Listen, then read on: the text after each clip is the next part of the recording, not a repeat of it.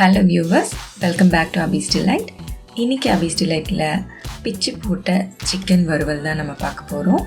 இது ரொம்பவே சுவையாக இருக்குங்க. நீங்கள் எதுக்கு வேணாலும் சைட் டிஷ்ஷாக யூஸ் பண்ணிக்கலாம். பட் அதெல்லாம் பார்க்குறதுக்கு முன்னாடி நீங்கள் நம்ம சேனலை சப்ஸ்கிரைப் பண்ணிவிட்டு பாருங்கள். அப்போ தான் நான் போடுற எல்லா ரெசிபீஸையும் நீங்கள் பார்க்க முடியும். இப்போ நான் ஒரு கப் அளவுக்கு மீதமுள்ள சிக்கன் எடுத்து வச்சுருக்கேன் சிக்கன் குழம்புலேருந்து. அப்படி இல்லைன்னா நீங்கள் சிக்கன் ஒரு 250 கிராம் இந்த மாதிரி போன்லெஸ் வாங்கி உப்பு மஞ்சத்தூள் போட்டு வேக வச்சு அந்த சூப்பு எடுத்து வச்சுக்கோங்க. இப்போ அந்த சிக்கனை நல்லா இந்த மாதிரி உதிர்த்து வச்சுக்கோங்க. இதில் போன்ஸ் ஏதாச்சும் இருந்ததுன்னா அந்த எலும்பு துண்டெல்லாம் எடுத்துடுங்க.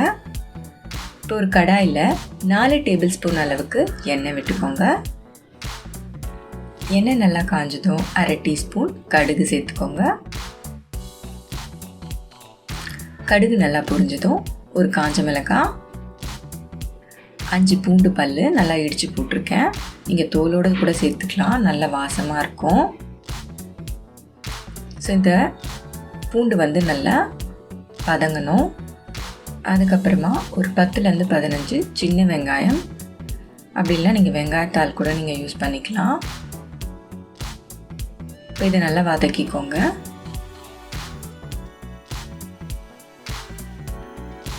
கொஞ்சம் நல்லா வதங்கினதும் இஞ்சி பூண்டு விழுது ஒரு டீஸ்பூன் சேர்த்துக்கோங்க.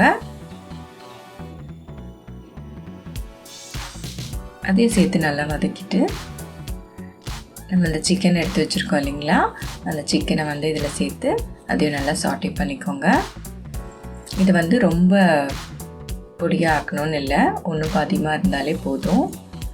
நம்ம அந்த மசாலா ஆட் பண்ணிடலாம். 1/2 டீஸ்பூன் சிகப்பு மிளகாய் தூள், 1/4 டீஸ்பூன் மஞ்சள் தூள், 1/2 டீஸ்பூன் சீரகத்தூள்,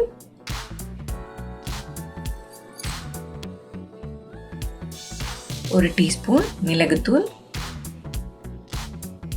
1/2 டீஸ்பூன் கரம் மசாலா தூள். இது எல்லாத்தையும் சேர்த்து இந்த சிக்கனோட நல்லா வதக்கிக்கோங்க.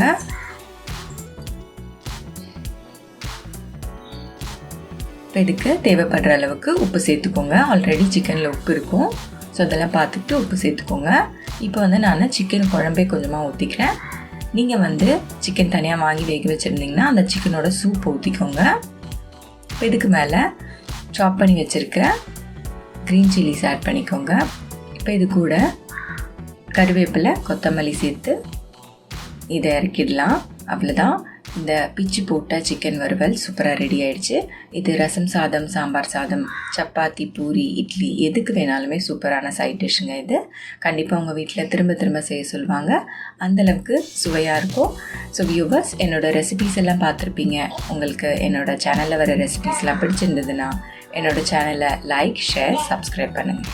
அண்ட் தேங்க்யூ ஃபார் வாட்சிங்.